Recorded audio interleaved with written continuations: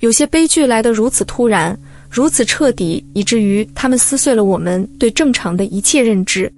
2024年4月22日的那个清晨，尤金市捷克大厅路尽头的一栋房子里，一个10岁的男孩醒来后发现，他昨夜还在说晚安的家人，如今都永远地离开了他。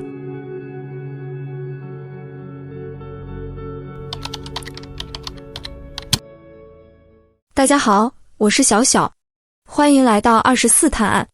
在2024年4月22日之前，坎迪家庭被认为是尤金市典型的全美式家庭。他们住在捷克大厅路尽头的独栋住宅，是社区里备受喜爱的邻居。让我们先来认识一下这个家庭的成员。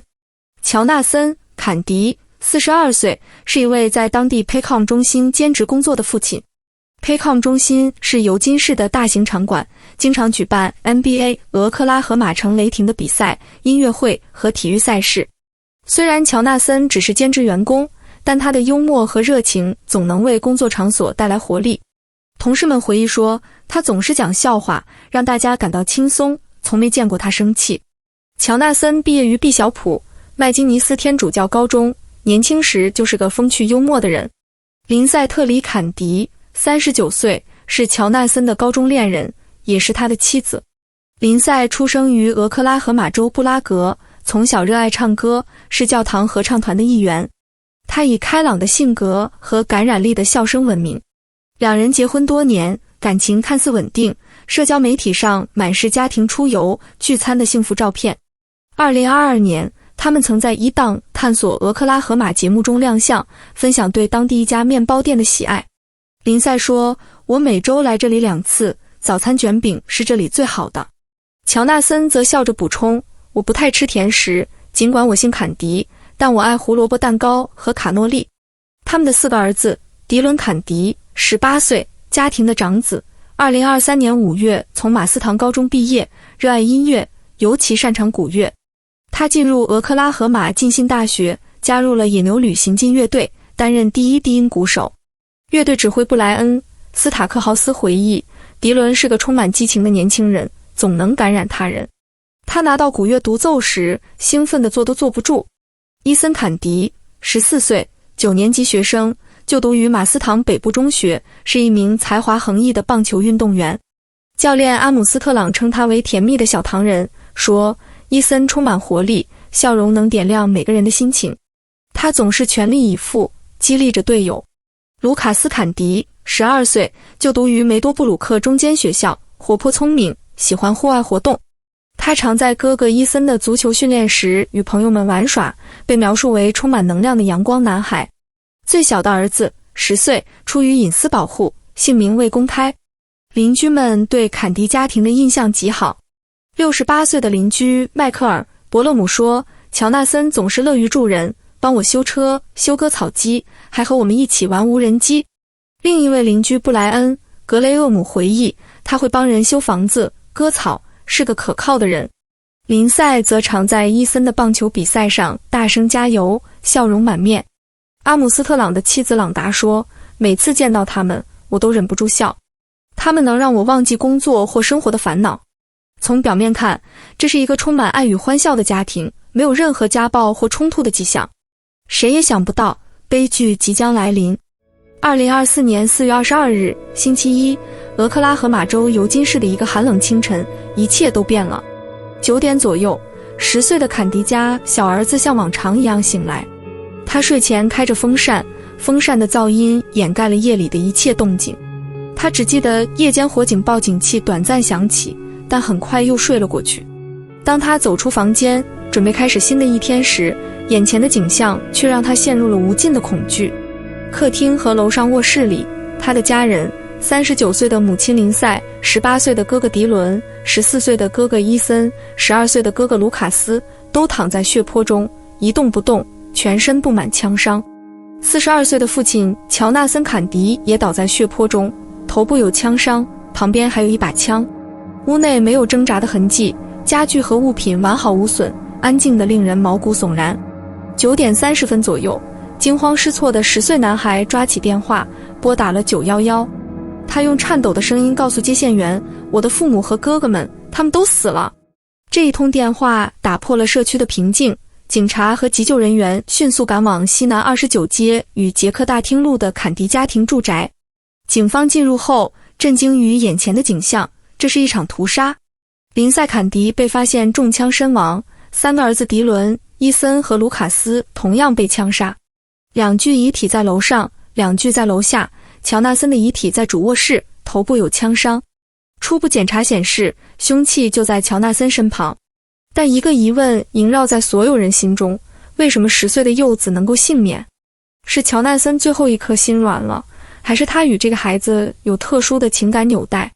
案件发生后，尤金市警方迅速展开调查，试图拼凑出这场悲剧背后的真相。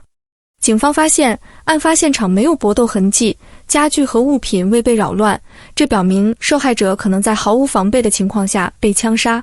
凶器是一把靠近乔纳森遗体的手枪，弹道分析证实，所有枪伤均来自这把武器。时间推测为4月21日晚至22日凌晨，男孩因房间风扇噪音未听到任何动静。警方开始挖掘乔纳森的个人生活，寻找可能的动机。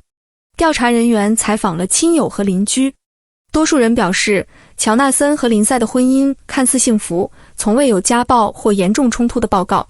邻居布莱恩·格雷厄姆说，乔纳森是个好人，总是乐于助人。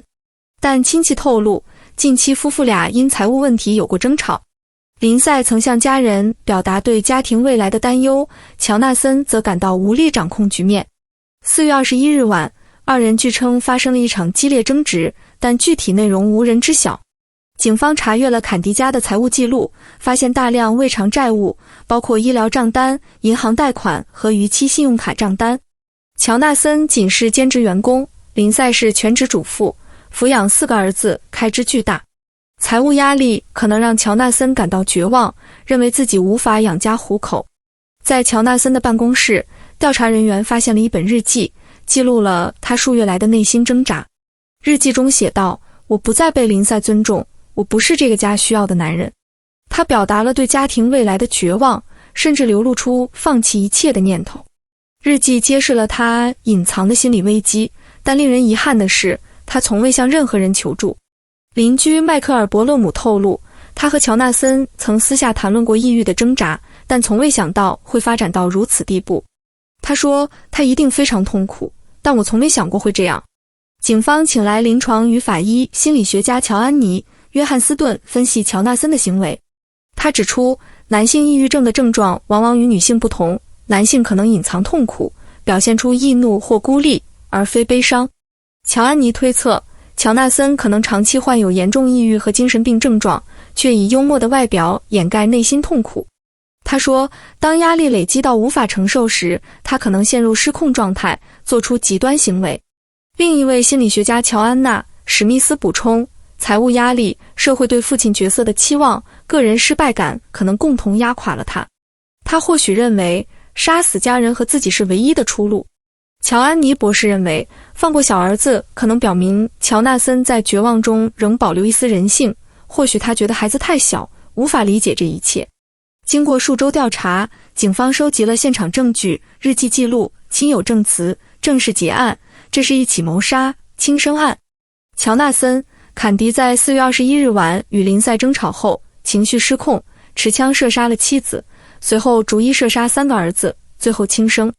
动机可能涉及财务压力、个人失败感和未被察觉的心理危机。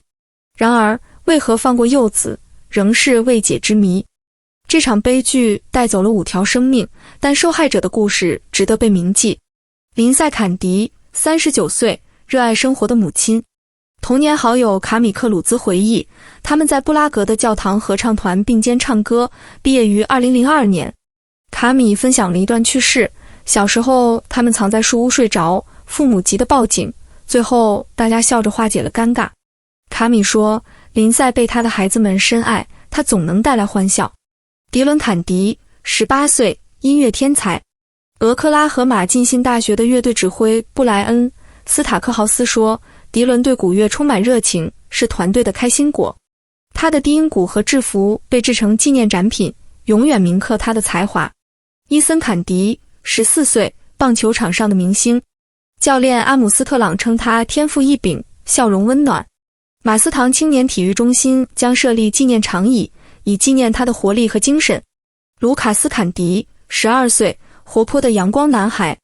朋友们记得他在足球场边嬉戏，总是带来欢乐。他被描述为聪明、好动的孩子。幸存者，10岁的幼子失去了父母和兄弟，人生从此改变。他已被亲戚收养，社区为他设立了专项筹款，资金用于教育、心理辅导和未来需求。舅舅布伦特雷莫罗斯基写道：你们的捐款将在关注消退后，真正帮助我的侄子面对现实。坎迪家庭惨案震惊了尤金市乃至全美，让人们反思家庭、心理健康和社会支持的重要性。尽管警方认定财务压力和潜在的心理危机是主要因素，乔纳森的真正动机仍不明朗。日记显示他感到失败和绝望，但为何选择如此极端的方式？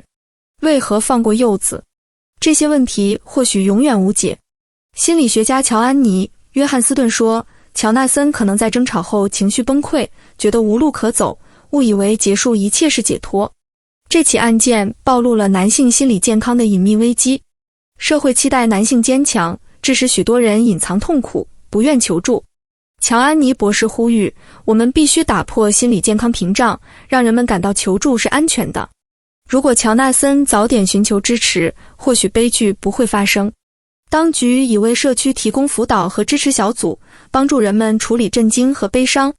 尤金市居民团结一致，为幸存男孩提供爱与支持。学校和教堂举办心理健康讲座、纪念活动，悼念林赛、迪伦、伊森和卢卡斯。纪念牌匾和长椅铭刻着他们的名字，提醒人们生命的脆弱和珍贵。这场悲剧教会我们多关注家人朋友的细微变化，倾听他们的心声，或许能防止类似事件。10岁的幸存者将背负沉重的心理负担，但社区的温暖让他不孤单。心理学家和社工将长期陪伴他，帮助他重建生活。我们祈愿他能在爱与支持中找到希望，走向光明。坎迪家庭惨案是一场无法醒来的噩梦，带走了5条宝贵的生命，留下了无尽的悲痛和疑问。它提醒我们，外表幸福的家庭可能隐藏着看不见的裂痕，沉默的挣扎可能酿成灾难。让我们珍惜身边人，学会倾听，勇敢求助，共同守护生命的温暖。感谢收看本期节目。如果你还没订阅，请点击订阅按钮，点赞支持我们。愿坎迪家庭的灵魂安息，愿幸存者找到力量。下一期再见。